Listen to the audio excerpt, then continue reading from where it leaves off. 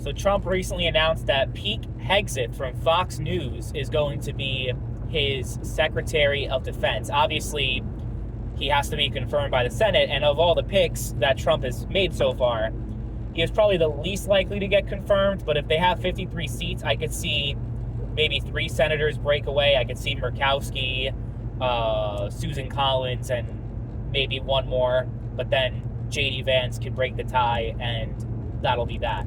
Plus the whole recess appointment thing that Trump's trying to do, that could probably work as well, at least temporarily, because he said that. He said whoever the majority leader is going to be, keep calling a recess. And there's a thing in the Constitution that says that when the Senate is in recess, the president can make his appointments without approval. Now, it will be like a continuous thing, though, because it's not permanent, so they'd have to keep calling recess. But that's an interesting thing. Trump seems like he needs a lot more business, and he seems to have a much better grasp of what to do and how to get things done this term than his first term, when he was a complete outsider and had no idea what he was doing, who to hire, any of that. But now his agenda is pretty clear, and how he's going to do it, he seems like he knows, or at least he thinks he knows what to do. And the whole Pete Hegseth he has military experience, but as far as Secretary of Defense, he doesn't seem completely, he doesn't seem very qualified for that position. I'm sure he's a good guy. I'm sure he's fine, but he's literally just like some dude from Fox News that is, I think he was a major, right? So he was up the ranks. It's not like he was just a private and left the military after like a month and he's the Secretary of Defense. I mean, he has some experience, but there's definitely some people who, like, if we're looking at, like, on paper, resume-wise, definitely are more, they fit that a lot more than he does. That being said, he wants people that are outsiders and, more importantly, loyal people in his cabinet, because he had a falling out with James Mattis. He had a falling out with Rex Tillerson, with pretty much everybody that he ever had in his cabinet. And there was a lot of turnover in the first Trump administration. So he has an idea of who he wants, and he wants people that are not necessarily like in the Washington establishment, D.C., which is safe to say that Hegseth is not. He's some Fox News guy who, doesn't really have too many ins in Washington like some other guys would. So he wants people like that.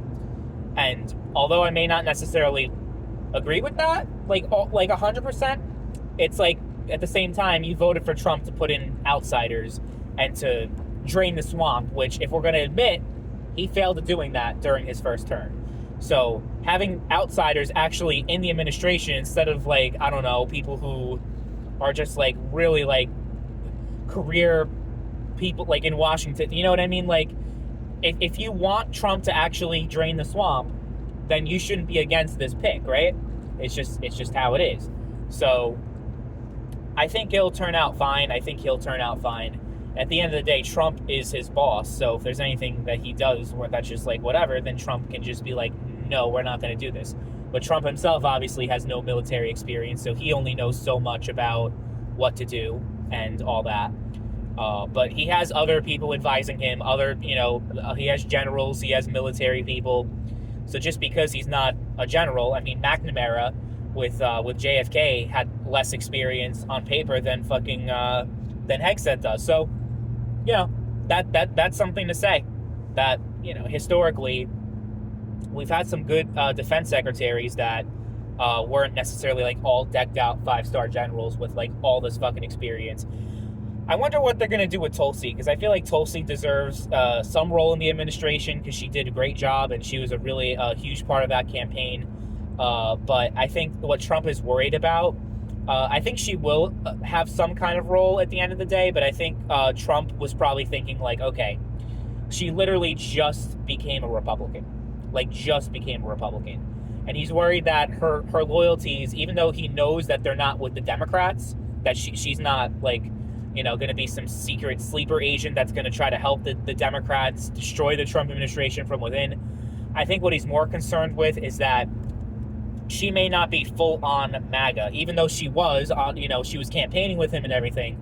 but she does have a lot of ideological differences, or he thinks that it's enough where, they might clash every now and then. They might not always be on the same page.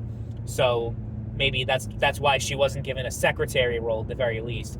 Oh man, that would have been amazing if she was Secretary of State or Secretary of Defense, or even give the Homeland Security role to her, because Kristi Noem fucking sucks, and I don't want her in there, the fucking dog killer bitch.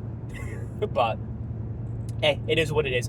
I know Mike Lee is a huge consideration for Attorney General, and some of the spicy stuff he's been saying on Twitter about going after political opponents has got a lot of people riled up. So we'll see who the rest of the cabinet will be. I think there were a few times where there were a couple times where Trump put someone up and they didn't get confirmed by the Senate. So that may happen in the case of Pete Hegseth. I think with the other ones, I think Marco Rubio's going to get overwhelming. Like, I think even Democrats will vote for him, even though obviously they don't like him. But when a fellow senator gets put up in that role, usually there's a different thing going on there, and there usually is a good amount of bipartisan support with that. So Rubio will get in no problem. I think, Wiles doesn't need to get confirmed because chief of staff is not something that needs a Senate confirmation. And Kristi Noem, I'm sure she'll get in. Yeah, so I think for the most part, I think he'll have no problem. But Rick Scott, if he gets in, I think it'll make Trump's job a lot easier, because he's totally full on the Trump train, and he's going to definitely do everything he can to make sure that Trump's legislative agenda goes through. I mean, he is the leader of the party, Trump is. And I think it's ideal to have a majority leader that actually is fully on board and is like 100% in step with the president of the United States, even though separation of powers, people like that. But Mitch McConnell, all the times that Mitch McConnell has gone against Trump, they have not been for altruistic reasons and for, legitimate concerns that he's had. It's just because he's a fucking turtle and he's a piece of shit. That's all the times he's tried to undermine Trump. And I don't know. We'll see how things play out. I am not, like I said, not fully with that pick for Secretary of Defense, but he could surprise me. Maybe it's what we need. We need someone outside of the system, outside the norm, to actually bring meaningful change.